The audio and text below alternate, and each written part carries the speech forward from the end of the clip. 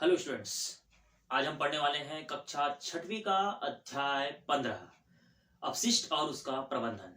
ठीक है, ये आप लोगों को कक्षा 9वीं में भी पढ़ने को मिलेगा। कचरा और उसका प्रबंधन जो सेम है। अपशिष्ट मतलब बोला जा रहा है कि कचरा, है ना। कचरा होता क्या है? कचरा जैसे कि उदाहरणता बात कर सकते हैं, हमारे घरों से निकलने वाला कचरा आप लोग जानते होंगे। ठीक है, हमारे घर से विभिन्न प्रकार के कचरा निकलता है, जैसे फलों सब्जियों के छिलके भी निकलते हैं। साथ ही साथ हमारे घर से प्लास्टिक्स, है ना, और साथ ही साथ जो भी है कागज है, कागज के टुकड़े हो गए, पेपर हो गया, रद्दी पेपर हो गया। साथ ही साथ बात करते हैं धूल भी हमारे घर से क्या निकलता है ना, कचरे के रूप में, अपशिष्ट के रूप में हमारे घर से बाहर निकलता है। यही चीज होता है कचरा। अब बोला जा रहा है उसका प्रबंधन। तो उसका प्रबंधन कैसे करेंगे हम लोग? अगर हम उसका प्रबंधन नहीं कर पाएंगे तो होगा क्या कि हमारे सामने, है ना, कचरों के अर्थात अपशिष्ट के माध्यम से जो भी समस्याएं सामने आ रही है ना, तो उससे हमें क्या करना पड़ेगा? जूझना पड़ जाएगा। इसलिए उसका प्रबंधन करना बहुत जरूरी है। और आप लोग आजकल देखे होंगे कि आपके घर के आसपास रोजाना सुबेरे, है ना, बढ़िया मस्त सीटी बजाते हुए पहुंच जाता है और बोलता है कि कचरा वाला आया घर से कचरा निकाल, है ना, गाड़ी वाला आया घर से कचरा निकाल। तो बिल्कुल आप क्या करते हो, अपने घर से जो कचरा आपने जो डेली एकत्रित करके रखे हो उस डिब्बे के अंदर, ग्रीन कलर का और ब्लू कलर का उस डिब्बे के अंदर, है ना, तो एकत्रित करके रखे हो, उसे आप क्या करते हो, अलग अलग जो खाने होते हैं उस कचरा दान में, उसमें जाकर क्या कर देते हो, डाल देते हो। इससे पहले ये चीज नहीं होता था, निपटान की एक उचित व्यवस्था नहीं थी, अर्थात उसका प्रबंधन नहीं होता था। तब क्या होता था? ठीक है, लोगों के घर से निकलने वाले जितने भी कूड़े करकट होते थे उन्हें क्या कर देते थे, फेंक देते थे। पर आज भी लोग यही करते हैं, मैं देखा भी हूं, है ना। आज भी ये लोग यही करते हैं, कचरे को एकत्रित करते हैं और ले जाके बाहर फेंक देते हैं। ठीक है, तो ऐसा आप सोच सकते हैं कि ये तो हमारे घर से निकलने वाला थोड़ा सा कचरा है। ऐसे हमारे आस पड़ोस में भी लोग रहते हैं, उन लोग भी कचरा क्या करते हैं, एकत्रित करते हैं, फेंक देते हैं। ऐसा ऐसा करके क्या हो जाता है, वहां पर कचरों का ढेर लग जाता है। जब ढेर लग जाता है तो फिर होता क्या है कि जब बरसात का मौसम आता है तो जब उसे पानी पड़ती है तो देखोगे आप लोग वहां पर अजीब सी बदबू आने शुरू हो जाती है। और बदबू आनी शुरू होती है तो होता क्या है कि मच्छर मक्खी इत्यादि का जो जंजाल है वो क्या हो जाता है, फैलते जाता है, फैलते जाता है और हमारे शरीर पर बीमारियों का प्रकोप आते जाता है। जैसे उदाहरणता बात कर सकते हैं पेचिश, डायरिया, अतिसार। ठीक है, ऐसे बहुत से भयावह रोग हमारे बॉडी को लग जाते हैं। ठीक है, साथ ही साथ आसपास अगर कहीं शुद्ध पेयजल हो तो वहां पर भी पानी कैसा हो जाता है, दूषित हो जाता है, क्योंकि वो तो भूमि में रिस रहा है ना। जितना भी कचरा आपने एकत्रित करके रखा है वो कचरा क्या हो रहा है, भूमि के अंदर क्या हो रहा है, रिस रहा है। और रिसने के माध्यम से क्या हो रहा है, वो पानी जो आसपास का जो पेयजल है वो पानी भी क्या हो रहा है, दूषित हो रहा है, जिसे हम ग्रहण कर रहे हैं। ठीक है, पी रहे हैं, जिसके माध्यम से हमें क्या हो जाता है, दूषित पानी पीने से क्या होता है, पेचिश, डायरिया, अतिसार इत्यादि, है ना, साथ ही साथ चर्म रोग इत्यादि के लक्षण जो है नजर आने शुरू हो जाते हैं। ठीक है, ये तो हो गया घरों से निकलने वाले कचरे। हमारे आसपास ऐसे बहुत सारे, है ना, जैसे बात कर सकते हैं अस्पताल से बोल सकते हैं, है ना, विद्यालय से बोल सकते हैं। ऐसे बहुत सारे जगह है जहां से क्या निकलते हैं, कचरा निकलता है। अब इन कचरों का अगर उचित निपटान नहीं किया जाएगा तो हमारे सामने बहुत बड़ी समस्या आ सकती है। ठीक है, पहले तो ये चीज नहीं होता था, मैं बार बार बोल रहा हूँ, पहले ये चीज उचित निपटान की व्यवस्था नहीं होती थी। अगर मैं बात करता हूँ हमारे छत्तीसगढ़ के राजधानी और रायपुर शहर का अगर बात करता हूँ तो रोजाना वहां से 300 टन कचरा क्या होता है, निकलता है। रोजाना 300 टन कचरा वहां से निकलता है। ये तो हो गया एक शहर की बात, है ना। तो मतलब हर एक घर से अगर हम बात कर सकते हैं तो वहां पर, है ना, 350 ग्राम कचरा डेली का डेली क्या हो रहा है, निकल रहा है हर एक के घर से। ठीक है, तो इतना कचरा जब वहां से निकल रहा है, अगर उसे उसके उचित निपटान की अगर व्यवस्था नहीं की जाएगी तो फिर क्या हो सकता है, आप स्वयं अंदाजा लगा सकते हैं। ठीक है, इसलिए जब भी आप कोई भी, है ना, अपशिष्ट मतलब जो हमारे उपयोग की वस्तु नहीं है उसे हम क्या कहते हैं, अपशिष्ट कह देते हैं, कचरा कह देते हैं। तो उसका अगर हम उचित निपटान करते हैं तो उसके लिए उससे क्या होगा कि हमारे आसपास का जो वातावरण है वो कैसा रहेगा, साफ सुथरा रहेगा, गंदगी मुक्त रहेगा, है ना, और बहुत अच्छा खासा वातावरण रहेगा। तो हम क्या करते हैं, जो भी हमारे उपयोग की वस्तु नहीं होती है उन्हें हम क्या क्या करना चाहिए, डस्टबिन में डाल देना चाहिए। जो कचरा दान होता है, कूड़ा दान होता है, उसमें क्या कर देना चाहिए, ले जाकर डाल देना चाहिए, है ना। जब कूड़ादान उठाकर ले जाएगा वो आने वाला जो व्यक्ति है ना, कचरा वाला, गाड़ी वाला आया घर से कचरा निकाल, तो उसमें जाकर आप डाल दीजिए। इससे क्या होगा, वो उचित निपटान कर लेते हैं। जो सड़ने गलने वाला कचरा होता है उसको एक साइड रख देता है, जो नहीं सड़ने गलने वाला कचरा उसको एक साइड रख देता है। उसको रिसाइकलिंग अर्थात पुनः चक्रण के लिए क्या कर देता है, उसको भेजा जाता है कारखानों में। ठीक है, तो उसी प्रकार से जैसे मैं बात कर रहा हूं कि हमारे घर से जितना भी कचरा निकलता है उसे हमें क्या करना चाहिए, कूड़ादान में एकत्रित करके रखना चाहिए। और उसे जब वो कचरा वाला आता है तो उसकी गाड़ी में हमको क्या करना चाहिए, उसे डाल देना चाहिए, बाहर नहीं फेंकना है। इससे क्या होगा, हमारे आसपास का वातावरण, हमारे आसपास का मोहल्ला सब कैसा रहेगा, साफ सुथरा रहेगा और गंदगी मुक्त रहेगा, जिससे हमें बीमारियां नहीं होगी।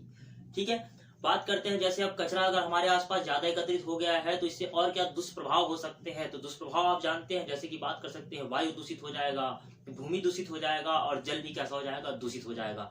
साथ ही साथ हमारे आसपास का वातावरण भी कैसा हो जाएगा, है ना, एकदम गंध हो जाएगा, मतलब बदबूदार हो जाएगा। मतलब सीधा सीधा बात कर सकता हूँ, बीमारियों का एक जंजाल बन जाएगा वहां पे। मच्छर, मक्खी, है ना, इत्यादि जो है बहुत अत्यधिक मात्रा में क्या हो जाएंगे, पनपने शुरू हो जाएंगे।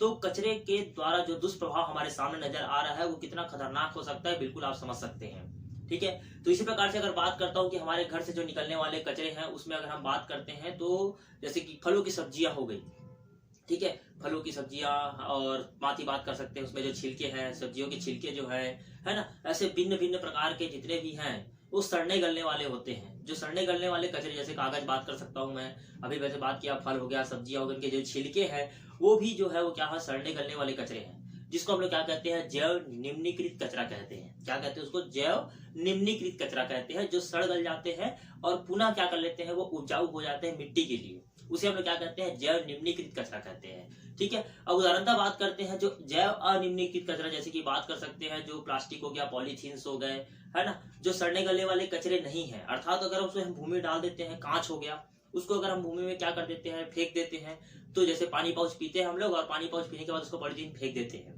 ठीक है, डिस्पोजल यूज करते हैं, आप लोग देखे होंगे जो प्लास्टिक का आता है वो डिस्पोजल हम यूज कर रहे हैं, पी लेते हैं और फेंक देते हैं, तो वो सड़ने गलने वाला कचरा नहीं। अगर उसे हम फेंक देते हैं तो वो भूमि की जो उर्वरता शक्ति होती है उसको क्या कर देता है, वो छिन्न कर देता है, अर्थात वो कैसे कहलाएगा, जैव अनिम्नीकृत कचरा कहलाएगा। जो सड़ गल गया, पुनः चक्रण हो रहा है, मतलब वो वापस बन जा रहा है खाद के रूप में, तो वो जैव निम्नीकृत है। और एक तो जैव अनिम्नीकृत आपको बता ही दिया मैंने, जो सड़ गल नहीं रहा है, जैसे लोहा हो गया, प्लास्टिक हो गया, पॉलीथीन हो गया, तो ये सब जैव अनिम्नीकृत कचरे में आते हैं, जो सड़ता गलता नहीं है, जो हमारे लिए और भूमि के लिए भी क्या है, नुकसान भी है, और साथ ही साथ जो जंतु हैं, है ना, जो जंतुगण हैं उनके लिए भी वो क्या है, नुकसानदेह है। होता क्या है कि हम पॉलीथीन में कुछ लेकर आते हैं और पशु जो है भूख से ललाहित है, वो क्या करता है, उस पॉलीथीन को क्या करता है, चाटना शुरू करता है। कई बार तो ऐसा होता है कि पॉलीथीन को भी निगल जाता है, जो उसके अमाशय में जाकर क्या हो जाता है, उसके लिए हानिकारक हो जाता है, अटक जाता है और वो बीमारियों का शिकार हो जाता है कई बार तो।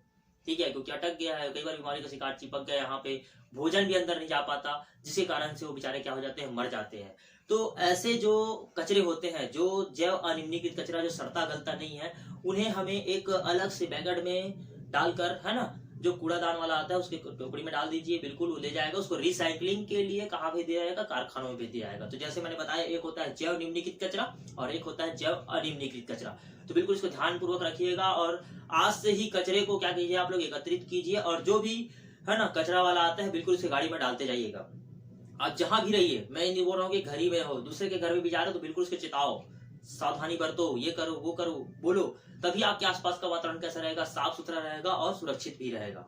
ठीक है, और साथ तक आप लोग को ज्ञात भी होगा, इस बार जो है छत्तीसगढ़ को, है ना, टॉप 10 की श्रेणी में रखा गया है, क्योंकि सफाई के क्षेत्र में टॉप 10 की श्रेणी में छत्तीसगढ़ आया है इस बार। क्योंकि इस बार इतना ज्यादा मतलब लोग जागरूक हो गए हैं कि कचरा का जो प्रबंधन इस प्रकार से किया जा रहा है कि आसपास ना तो कचरा दिखाई देता है ना तो बदबू, मतलब टॉप 10 की श्रेणी में इस बार आ चुका है। तो बिल्कुल टॉप 10 की श्रेणी में उसको हमको टॉप 1 पे लेके जाना है, 10 पे नहीं रखना है, टॉप 1 पे लेके जाना है। तो उससे ज्यादा हमको भरसक प्रयास करना ही पड़ेगा। ठीक है, चलिए बात करते हैं अब इसमें हम लोग, जैसे कि हमारे घर से जो कचरा निकलता है, जैसे मैंने बात किया अभी सब्जी और फलों के जो छिलके होते हैं, और साथ ही साथ जो हमारे घर से जो कागज हो गया, पॉलीथीन हो गया, इन सबको हम क्या करते हैं, एकत्रित करते हैं। और एकत्रित करने के बाद में हम क्या करते हैं, ज्यादा नहीं, है ना, 1-1 मीटर का क्या करते हैं, गड्ढा खोदते हैं, और गड्ढा खोदने के बाद हम क्या करते हैं, उसके अंदर डाल देते हैं और मिट्टी से बंद कर उसको ढक देते हैं, और थोड़ा सा पानी का क्या कर देते हैं, छिड़काव कर देते हैं। हमने देखा उसमें क्या डाला है, पॉलीथीन डाला है, प्लास्टिक भी डाला है, साथ ही साथ उसमें कागज भी डाला हम लोगों ने, साथ ही साथ फलों और सब्जियों के छिलके भी डाला हम लोगों ने, उसके अंदर हमने डाला और उसको क्या कर दिया, हम लोगों ने ढक दिया मिट्टी से, और ढकने के बाद में उसके अंदर हमने पानी का छिड़काव भी कर दिया। ये करने के बाद हमें उसे कम से कम 1-2 हफ्ते के लिए क्या कर देना है, उसी प्रकार से छोड़ देना है। अब 1-2 हफ्ते बाद हमको क्या करना है, उस गड्ढे को हमको क्या करना है, खोदना है, और खोद कर जब हम उसको निकालेंगे बाहर, तो हम देखते हैं कि वहां पर होता क्या है कि जो सड़ने गलने वाला कचरा था, जैसे मैंने बताया था आपको, जैव निम्नीकृत कचरा, जो कागज है, जो फल और सब्जियों के छिलके हैं, वो तो सड़ गया, लेकिन वहां पर जो पॉलीथीन, प्लास्टिक जो नजर आ रहा था वो वापस नजर आ रहा है। अब पुनः क्या करते हैं, उसको उस गड्ढे से बाहर निकालते हैं और दूसरा गड्ढा खोदते हैं, और जो प्लास्टिक पॉलीथीन इत्यादि जो बचा हुआ था फिर से उसको दूसरे गड्ढे में जाकर डालते हैं। क्या वो सड़ता है, नहीं सड़ता है, इसको हम देखते हैं। प्रयास करना बहुत जरूरी है। जब तक हम प्रयास नहीं करेंगे, परिणाम नहीं आएगा हमारे सामने, हमको पता ही कैसे चलेगा कि कौन सा जैव निम्नीकृत है और कौन सा अनिम्नीकृत है। तो हमको क्या करना पड़ेगा, पुनः हमको क्या करना पड़ेगा, गड्ढा खोदना पड़ेगा, और जो प्लास्टिक पॉलीथीन कांच इत्यादि था उसे दूसरे गड्ढे में ले जाकर मिट्टी से बंद करके पानी का छिड़काव कर देंगे। पुनः 1-2 हफ्ते बाद देखते हैं क्या वो सड़ता है या नहीं सड़ता है। हम निकाल कर देखते हैं वो जैसा था वो वैसा ही हमको प्राप्त हो रहा है। मतलब इससे सिद्ध हो जाता है कि जो फलों की सब्जियां थी, जो कागज था इत्यादि जो थे, वो सड़ने गलने वाले कचरे थे। अर्थात उनको जो जैव घटक जो बोलना चाहिए कि सूक्ष्म जीव थे वो उनको अपघटित कर गए। लेकिन ये जो प्लास्टिक पॉलीथीन कांच जो थे, इनको सड़ाने गलाने के लिए वो क्या हो गए, असमर्थ हो गए। जो जैव अवघटित जो सूक्ष्म जीव था वो नहीं सड़ा गला पाया उसको।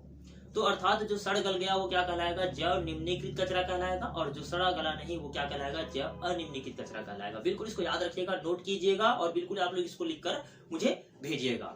ठीक है, तो आज के लिए इतना बहुत है। इसके आगे हम लोग पढ़ेंगे आप लोग को गीला कचरा, कंपोस्ट खाद, वर्मी कंपोस्ट और सूखा कचरा इत्यादि के पुनः चक्रण के बारे में पढ़ाएंगे, और ये अध्याय जो होगा वो खत्म हो जाएगा, और इसका जो PDF फाइल है उसको मैं आप लोगों को भेज दूंगा। ठीक है, तो आज के लिए इतना बहुत है। धन्यवाद।